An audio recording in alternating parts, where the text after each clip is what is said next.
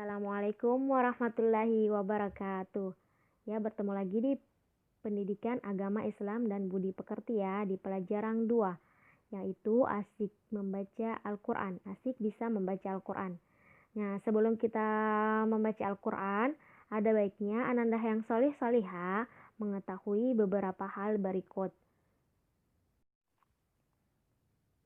Jadi, keutamaan membaca Al-Quran yang pertama mendapatkan pahala. Jadi, tentu ya, Ananda kalau membaca Al-Quran tentu saja dapat pahala. Pahalanya itu banyak sekali, Masya Allah.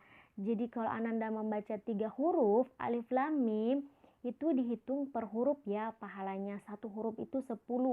Jadi, kalau Ananda baca alif, lam, mim, ada 3 huruf, 3 kali 10, ada 30 pahalanya. Jadi kalau anak-anak membaca 1 surah, Masya Allah banyak sekali huruf yang ada di dalam 1 surah, yang kemudian dikalikan 10, Masya Allah banyak sekali pahala yang diperoleh oleh Ananda ketika membaca Al-Quran. Kemudian pahala yang kedua, pahala bagi orang tua yang anaknya membaca Al-Quran. Jadi kalau Ananda sayang sama ibu, ayah di rumah, ya, silahkan bersemangat membaca Al-Quran, belajar Al-Quran, kemudian insya Allah nanti diamalkan ya di kehidupan sehari-harinya. Jadi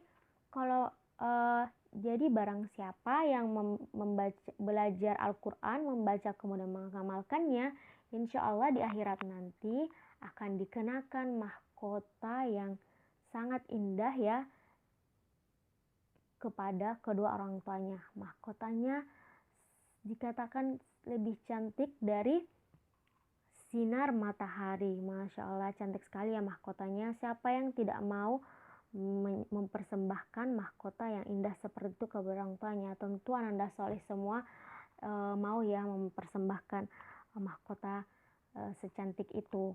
Nah, selanjutnya ada yang ketiga, dapat menenteramkan hati. Jadi kalau Ananda soleh solihah bersedih, silahkan membaca Al-Quran. Insya Allah hatinya akan tentram, mendapatkan syafaat di akhirat. Nah, kita kalau sering membaca Al-Quran, insya Allah ya mendapat syafaat di akhirat, pertolongan ya. Selanjutnya, sebelum membaca Al-Quran, ada baiknya Ananda mengetahui adab-adab membaca Al-Quran. Yang pertama, membacanya dalam keadaan suci dari najis serta duduk yang sopan dan tenang ya. Suci dari najis maksudnya berwudu dulu ya, berwudu, kemudian duduk yang sopan dan tenang. Kemudian membaca Al-Quran dimulai dengan isti'adzah ya, bertaus dulu ya. Kemudian yang ketiga, membacanya dengan perlahan, jadi pelan-pelan saja ya, pelan-pelan. Kemudian yang keempat, membaguskan suara membacanya ya, dibaguskan ya, diperjelas ya kalau membaca Al-Quran. Kemudian yang kelima, membaca Al-Quran dengan tidak mengganggu orang yang sholat. Jadi apabila di dekatnya ada orang yang sholat, sebaiknya Ananda mencari tempat lain. Kemudian kalau sudah dapat tempat lainnya, dilanjutkan membaca Al-Qurannya ya. Jangan sampai Ananda membaca Al-Quran dengan baik, tetapi ternyata sedang mengganggu orang yang sholat di dekat juga ya. Selanjutnya berdoa selepas membaca Al-Quran. Jadi sesudah membaca Al-Quran, jangan lupa berdoa ya. Baiklah, sekarang kita mari melafalkan surah An-Nas dan artinya. Silahkan disimak video berikut, diperhatikan dengan baik pengucapan ya dan nada-nada hijaz dan wafanya. Oke? Bismillahirrahmanirrahim.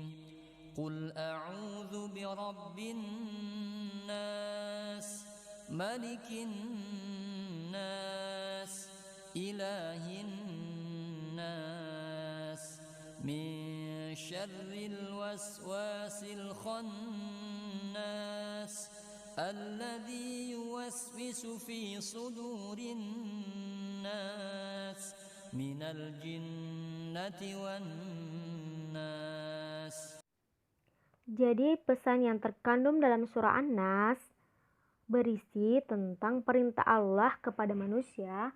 Allah memerintahkan manusia agar berlindung kepada Allah dari segala macam kejahatan yang datang kepada manusia datang dari golongan jin dan manusia. Kejahatan itu masuk ke dalam jiwa manusia.